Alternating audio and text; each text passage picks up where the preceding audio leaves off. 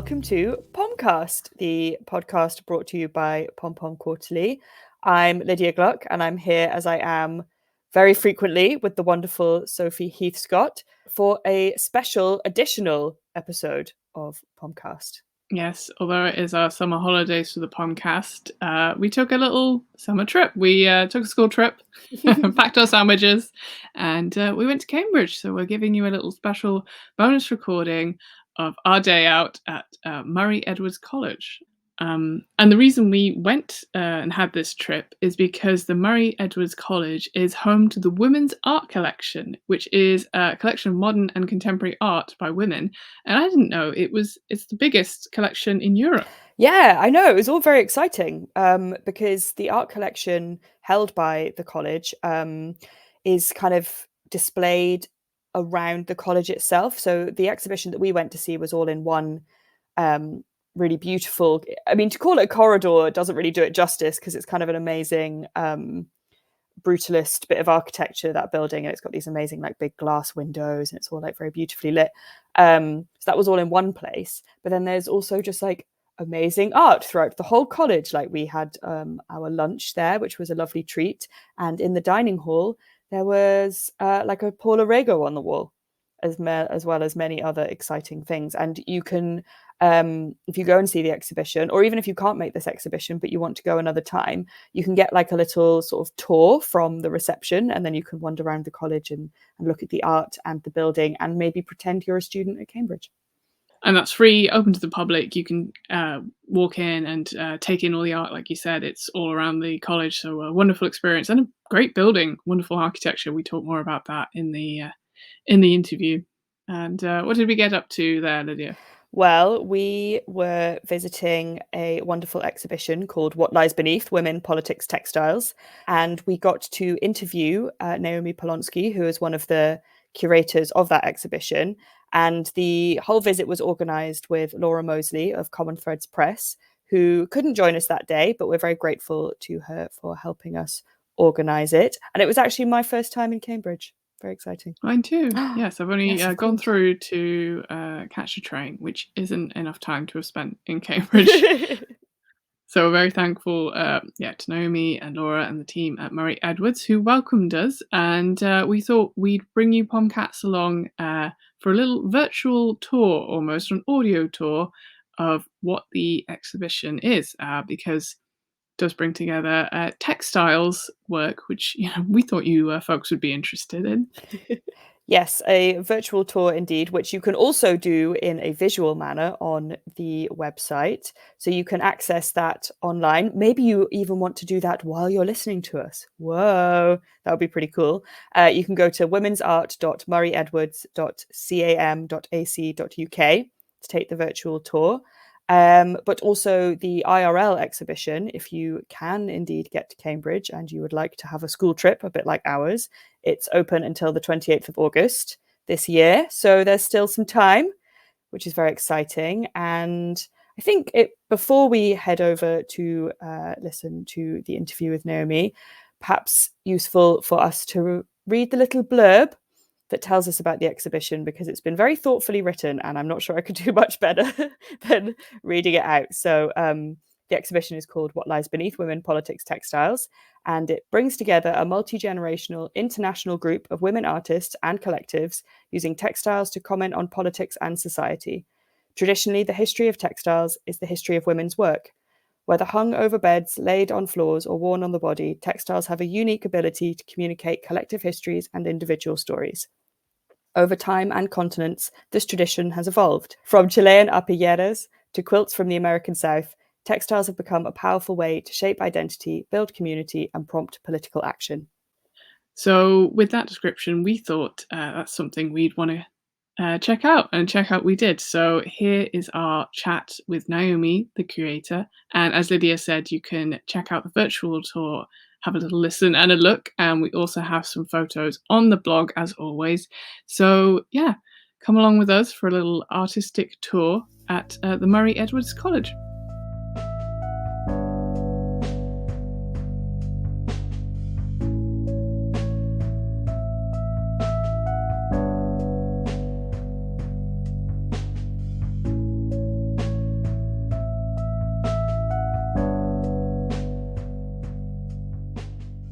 So today, Pomcast is on the road. This is a first for us in the sense we are now in Cambridge. Hi, Lydia. Hi, Soph. How's it going? Very well. It's a delight to welcome Naomi Polonsky. Welcome, Naomi. Thank you. Thank you so much for having me. Thank you for inviting us to Cambridge. Yes, we just had a private tour, pretty much, of the wonderful exhibition that you've created here at the college. But I guess before we get to that, can you introduce yourself for us, the listeners? What do you get up to, and what is your role here at the college? So I am the assistant curator at the Women's Art Collection, which is based at Murray Edwards College, which is one of the 2 women-only colleges at the University of Cambridge. And the collection was founded in the 80s after the very pioneering feminist artist Mary Kelly did a residency at Kettle's Yard, which is just down the road, and was in residence at Newhall, as the college was then called. And the college acquired Mary Kelly's work and the fellowship started thinking about the representation of women artists in museums and galleries, and recognised that they were very starkly underrepresented. And so they decided to create a collection for women artists. And the way they went about doing that was that they compiled a list of 20 women artists in consultation with Anne Jones, who's a curator at the Arts Council collection. And they wrote them a letter saying, would you like to donate an artwork? And out of the first 20 who were contacted, 19 said yes, which shows their desire to be represented at a time when they were largely overlooked by museums and galleries. So they were emboldened by this and carried on contacting women artists. Artists also recommended one another or directly approached the college. And by 1992, 30 years ago, there were 75 artworks, and they officially announced that this was a collection, the Women's Art Collection, which we recently reverted our name to just about a month ago.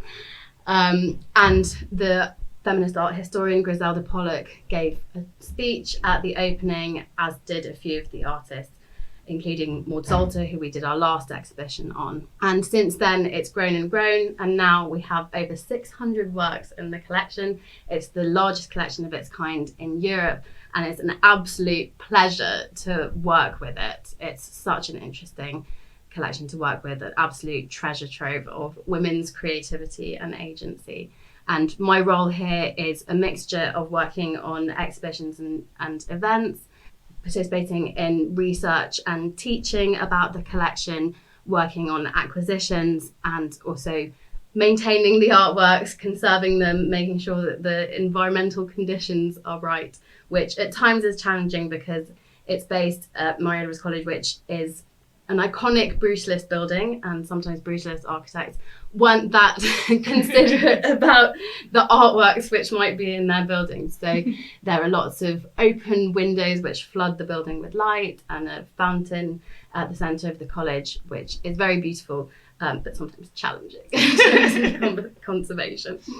Yeah, I mean, I think what I didn't quite realise before we looked around earlier was that the artworks held in the collection are kind of scattered around the building. So as you walk through the building, you're treated to all this like incredible world-class art, which is really quite special. I don't know what I imagined ahead of time, but I hadn't quite realised that. And I suppose it's important to say that it's obviously free for everyone to come in, as all this is a working college. It is a space where people can come in and have a self-guided tour to see all the artworks. Yeah, so the collection was granted museum accreditation in 2018, and as part of that, we are open to the public every day between 10 and 6. Anyone can walk in off the streets, and as you say, Lydia, they are displayed all around the building. So they're in the big public spaces like the Dome, which is the dining room, and in the walkways, for example, the walkway where the exhibition is, but also in staff offices, student corridors, and they are really there for people to enjoy all the time. And only a very small percentage are not on display. And that's usually for conservation reasons. For example, if a photograph or a work on paper needs to be rested for a period of time. Oh, rested. I know, it's quite sweet. Yeah, that's so lovely. Good to know you're looking after them very well. We do care very well. So one of the reasons we're here is obviously the current exhibition, which we've just seen, What Lies Beneath. I guess where do we start with explaining that? Because obviously we're in the audio format of the podcast, but maybe you could give us a little background of the exhibition and how it came together to start with. So I'm currently doing maternity cover for the curator at the collection, which is actually the second maternity cover of hers that I'm covering. And when I started this time in August of last year, she told me that this exhibition slot was available and that I could do whatever I wanted with it, which was quite a nice thing to hear. And I immediately thought of doing an exhibition on textiles, because textiles is so fundamental to the history of art by women, and is really embedded in conversations about hierarchies of mediums and genres, and the categorizations that there have been between fine art and applied art or craft, which has meant that a lot of incredible and technically adept artworks by women have not been credited or celebrated properly. And so I, first of all, looked at the textile works that we had in the collection and was surprised that we had very few. And the works that we do have by Miriam Shapiro, Paminda Kaur and Francisca Annat are extraordinary works. But yes, there were very few in number. And so I just thought that that was interesting in and of itself. And the reason for that is because when the collection was founded in the early 90s, painting was very dominant, and also because of the difficulties around displaying artworks in this setting. Wall-based works like painting and photography and works on paper are easier to display. So in the last couple of years, I'd come across several young artists making extremely interesting and inventive works using textile practices. And first of all, I contacted them and asked them whether they would be interested in contributing work to this exhibition, and they were all very excited, and 3 artists contributed really new work. So Nengi Omuku, for example, only finished her piece about 3 weeks before the exhibition opened. Anya Paintsel also finished her work very, very soon before the exhibition opening, which is so exciting because these are works that have never been seen before. And in Nengi's case, was responding to the collection in the college, which she visited in the months before. Then I also was collaborating with an academic called Lorna Dillon, who specialises in Latin American textile art, specifically by women, and is an expert on Chilean arpilleras. And she brought a Chilean and Colombian work into the exhibition, which I think hugely enrich it, and also contextualised the work that we have in the collection by Francisca Annat, which is called Arpillera 3, which is a very unconventional arpillera. This term, maybe it's the first time I've heard it this today, seeing the pieces. Maybe you could explain for people who haven't heard of that one before. So an arpillera is a traditional Chilean art form which was invented in the 1970s under Pinochet's dictatorship. Arpilleras are usually made by groups of women called arpilleristas, and they had a strong activist dimension to them. They were often protesting against human rights abuses, for example, dissidents who had been disappeared by the government. And the arpillera that we have in the exhibition is made by a contemporary feminist art collective called Memorarte, who are using this form, but with more of a contemporary twist. And they often make arpilleras for protests. So the one that we have was made for a protest in 2018, and it commemorates the disappeared during Pinochet's dictatorship. It was made collaboratively and features hands holding up placards which have silhouetted forms and then embroidered words saying "Donde están" and phrases like that. And it's a really powerful piece. I think those ones in particular, the arpilleras, were very powerful. Possibly just because my Spanish is good enough to understand what it said on them. But there was a lot of really interesting juxtaposition between the fabrics that were used and the message. I think that's something that we had, or that you had pointed out, and that I was particularly struck by. People, kind of using fabrics that were left over from other things, or maybe being repurposed And a really interesting dimension of that particular arpiera and others made by Memorate is that because they're used with a functional purpose at these protests, they have soiling at the bottom of them, and when they're exhibited in museums, the artists ask for that dirt to be kept because it becomes part of the artwork. Mm-hmm. Yeah, we saw that dirt. It's true. You can verify that the dirt is there. So we sort of talked about, you started sort of explaining some of the pieces that made this exhibition come together. How did you sort of, curate, I suppose, is the word, these pieces and make those choices as well as introducing the new pieces? What was the message that kind of links them all together? I wanted to demonstrate all of the different techniques that there are relating to textiles. So the works that I've selected are made with collage, embroidery, applique, rug hooking, fabric painting, knitting, so many different techniques. But something that unifies all of the artworks is that they have an underlying political message. And that could be very overt, for example, with the piece by the Tejedores de Mampuhan, who won the Colombian National Peace Prize a few years ago for their work exposing human rights abuses in Colombia. Or it could be more subtle, for example, in Nengi's work, which is about social and political processes and their effect on individuals. And a lot of her works are very personal. Perhaps you could explain that piece for us. So it's an absolutely beautiful piece. It's called Collision, and it features two figures who are kind of intertwined against a dramatic, fiery backdrop. And the figures have very textured skin and don't have any features on their face, so they're kind of anonymous. And Nengi uses this very specific medium of oil on sonyon fabric, which is a traditional Nigerian fabric made with woven threads from silk moths. So it's incredibly hard to manufacture and isn't manufactured any longer. So Nengi goes around marketplaces buying up strips of sonyon fabric, which she uses in her artworks. And the fabric is associated with pre-colonial Nigeria, is often used in clothing. And she uses this because of its associations with that history, but also in a fresh and contemporary way.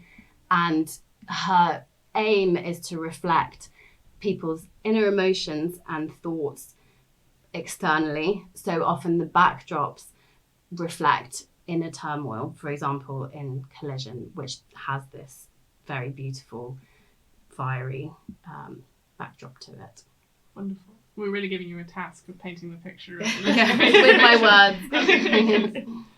One of the things you remarked on there, and also when we were looking through the exhibition earlier, was the use of recycled materials. And one piece that stands out to me is the Gee's Bend quilt. Could you tell us a little bit more about that as well? Yes, of course. It's a really wonderful work by Stella May Petway, who is one of the Gee's Bend quilt makers. And for those who don't know about Gee's Bend quilt makers, they're a community of African American women living in rural Alabama on the in a town called Boykin, which is known as Gee's Bend. And they have been passing down quilting techniques through the generations since the 19th century. And there are these common images and techniques, but also each of the quilt makers has their own distinctive idiosyncratic style. And Stella May Petway's quilt that we have in the exhibition is called Big Wheel, and it's both abstract and also slightly representational because there's this circular form which looks like it could be a wheel or perhaps an eye, and the colours are navy and then this kind of coral orange. And then on the outside is a kind of Laura Ashley-ish print. And interestingly, there were prints in the American South which were then kind of transported to the UK and inspired Laura Ashley. So there's all of these references to the history of fashion because the quilts are made from recycled clothing. And some of the quilts that we were offered by the gallery that represents Gee's Bend quilt makers in the UK to exhibit in this show were from the 70s and have these amazing hot pink colours and gold stars on them and reflect the kind of 70s fashions. And well, one of the pieces that I really enjoyed seeing was by Anya Paintsill, who is a Welsh Ghanaian artist. And I was telling you guys that I had seen the exhibition of her work at the Glenvivian in Swansea, which is where I grew up. I have complicated feelings about patriotism, but I do love Wales. And I particularly loved seeing Anya's work. And as you said, this piece that you have in the collection in this exhibition had never been seen before you guys exhibited it, and that's because it was created for you and was only finished sort of, just in time for the exhibition. I feel very heartened that artists sometimes, are working on work right up until the end there. But yeah, I wondered if you could tell us a bit about the process of working with Anya. So I did a virtual studio visit with Anya during the pandemic and was immediately taken with her work. She has, even though she's very young still, she has such a distinctive style. And what's so interesting about her technique is that she is uniting Welsh rug hooking techniques, which were passed down through the generations of Welsh women in her family, and also Afro hairstyling techniques, which relate to her Ghanaian heritage, and creates these works which are often very autobiographical. The one that we have in the exhibition is part of a series of women from Welsh folklore. So in this work, she's depicting Blodeuwedd, who's a character in the tale of Math Fab Mathonwy, and it translates from Middle Welsh as flower face. So there are these beautiful little flowers on it, and it's one of her smaller works. She often works on a very large scale, but this is one of her smaller pieces.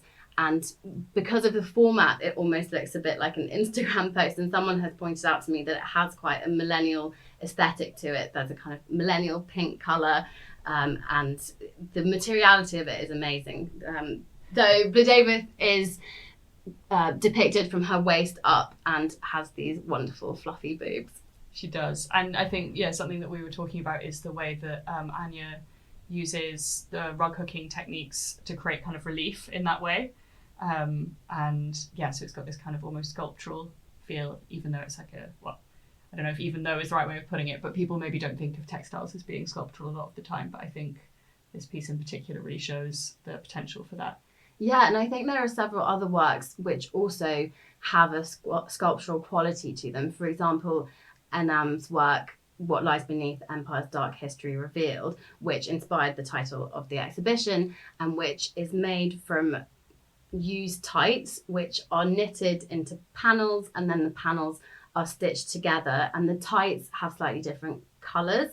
And Enam is really interested in the fact that even though tights have existed since the 14th century, only in the last few years have they started to be made as skin colour tights for women of colour. And there are some black tights in the upper right corner, and another panel that's kind of being peeled back. So that's the dark history being revealed. And it has an amazing sculptural dimension to it. It almost looks like a relief, and it really emerges from the wall. So I think that even though, as you say, textiles aren't often thought of as three-dimensional, they do have that quality to them. Absolutely. I was just thinking about our most recent episode where we were talking about sewing and how, sewing clothes, and how that involves making a 2D thing into 3D. And it's interesting that people walk around wearing clothes that are essentially 3D textiles. And then still there's not that kind of, it's not in the kind of common consciousness. But I didn't realise that piece was made with tights. That's really interesting, because obviously it's knitted, so Sophie and I felt an affinity in that sense. You spotted the garter stitch. Oh, garter stitch, is that even a reference with the... Whoa, the tights. So the type of the stitch is garter stitch, so... Oh, yeah, quite possibly. One of the things I love, I don't know, partly as a maker and a textiles person, is you were saying about the sculptural quality of so much of the pieces. I didn't, but I wanted to reach out and touch them and sort of explore that kind of how they've been made, and also the tactile quality of them. Yes, I did very much enjoy looking at them closely and being like, ooh, that kind of applique here, and I was saying with the G's Bend quilt that the knots, the quilter's knots, were on the front of the piece, and I found that really interesting, just because I think that is possible. Maybe it's not that unusual. I mean, there's not that many old quilts that I've seen, or that one's not, but there's not, how many quilts have I actually seen in real life? As a proportion of quilts that have been made. But I enjoyed seeing those kind of technical elements a bit more on display. Yeah, and I think it's totally true that you want to go up and touch these works, probably partly because they are part of our everyday life normally. If you normally see a quilt, you want to go and snuggle up in it. So it's almost a bit counterintuitive to see it in a gallery setting and not be able to touch it. And something so refreshing about textiles is that it blurs those lines between so-called fine art and applied arts, and shows that there is this huge overlap between the two. Absolutely. I suppose it's also interesting to think about the reframing of textiles as a quote-unquote fine art, and the fact that because we've not been brought up with that as a concept, you kind of have this idea that maybe you're more allowed to touch them, maybe because it's not as like removed from you in that kind of way, where you definitely know you're not supposed to touch a painting in a gallery. Yeah. And also the materials that are being used are very down-to-earth materials. Yes. It's recycled clothing, used tights, bits of fabric that are just found in the home. And it's a very democratic way of creating art because everyone has access to those materials. And I think another part of the reason that we're so compelled to go and touch things is that they feel personal a lot of the time. Most people have some connection to the type of works that are on display here. For example, my grandmother is a quilter, and when she came to see the exhibition, she knew exactly what type of stitches were being used. And she used to make clothes for my mum, so there's also that dimension to it. And so I think for a lot of visitors, specifically female visitors, there is this point of relevance for them.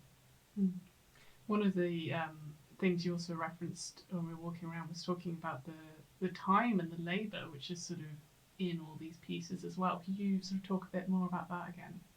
Yes, absolutely. So a lot of the artworks that are on display use techniques which are very, very time consuming and labour intensive. For example, Anya's work, which is rug hooked, takes a long time to make. And so there's this feeling of love and care that's gone into making the works, which is true of women's textile practices throughout history. And one of the things that I wanted to communicate with this exhibition was that a lot of these artists are honouring the women who came before them and trying to make visible these invisible textile practices, which were often obscured or dismissed as being women's work, but involve extraordinary technique and time. So the last piece that we wanted to talk about today, I mean, we could talk about all the pieces, but of course that would create a podcast that is too long. But yes, the one that we wanted to talk about was by Miriam Shapiro, and I know that you had a quote of hers on the wall for all of us to read. And I wondered if you wouldn't mind reading that out for us now. Yeah, definitely. I think that this quote by her really encapsulates what I wanted to communicate with the exhibition, so I will definitely read it out. She said, "I wanted to validate the traditional activities of women, to connect myself with the unknown women artists who had made quilts, who had done the invisible women's work of civilization. I wanted to acknowledge them, to honour them." That's wonderful. I think personally that the exhibition does that. It's very much in the spirit of Miriam Shapiro. But I wondered if you could briefly describe the work, and it's also when we went to look at the exhibition, the direction that we entered from, it was the first one on the left, and I imagine that was an intentional decision on your part. Yes, it was. And at the end is her quote. So she's kind of bookending the exhibition. And it's a really central piece because it's in our collection.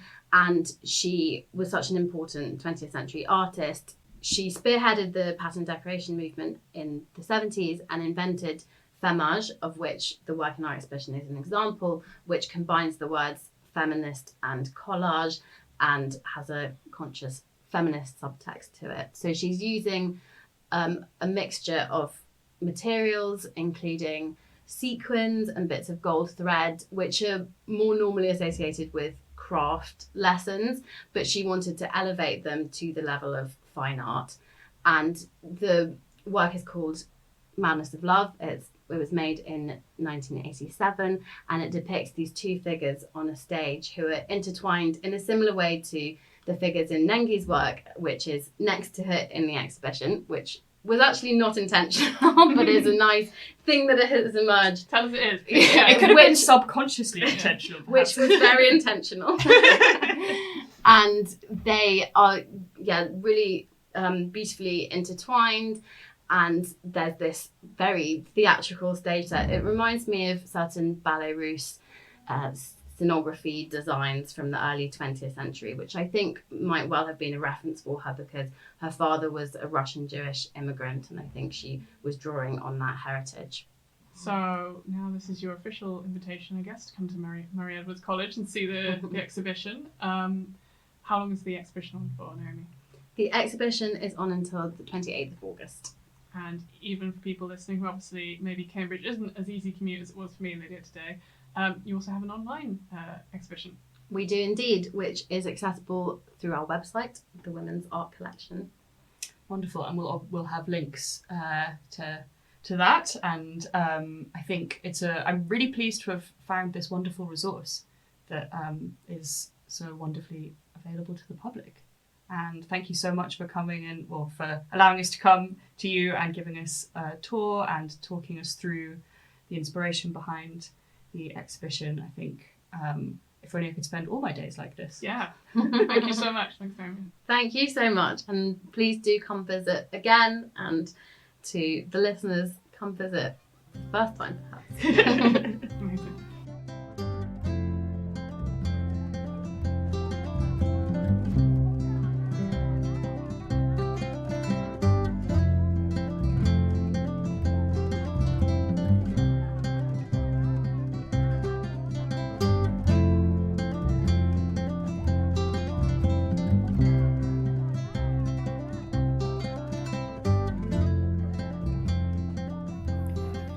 Well, thanks again to Naomi for showing us around and for taking the time to do this interview with us. I hope you enjoyed it as much as we did. We had I want now for every exhibition I go to be able to interview the curator. I feel very spoiled. Yeah, it was a delight. So thank you so much, Naomi. And we hope you enjoyed this slightly different style for the podcast. We hope you get to check out maybe in person or certainly virtually the selection at the Women's Art Collection at the Mary Edwards College. And that is all from us this summer. Our school trips are over and we're going to just be playing back in the back garden and maybe making weird potions. That's what I used to do in my summer holidays. Pretty good, yeah. So that sounds fun. Maybe playing video games. Anything could happen. But we will be back for our more scheduled programming in August, so you can keep an eye on our socials to find out when. And in the meantime, you could even listen to some back episodes of Pomcast. Who knows? Lots to enjoy. All right, take care, Poms. We love you. Bye.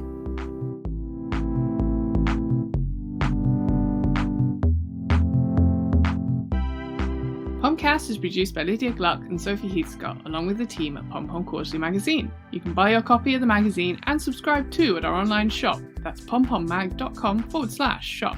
Thank you so much again to Naomi Polonsky for being part of the episode, and to Laura Mosely for putting us in touch.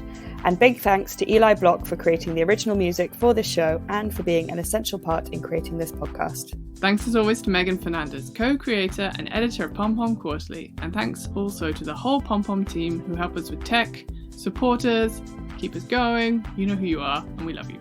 If you enjoyed this podcast, please subscribe and why not leave a review? Send any feedback or ideas to podcast@pompommag.com. Maybe there's another exhibition you'd like us to visit and you know the curator and we could interview them. Anything could happen. And don't forget to keep in touch with us via the podcast group on the Pom Pom Ravelry Forum.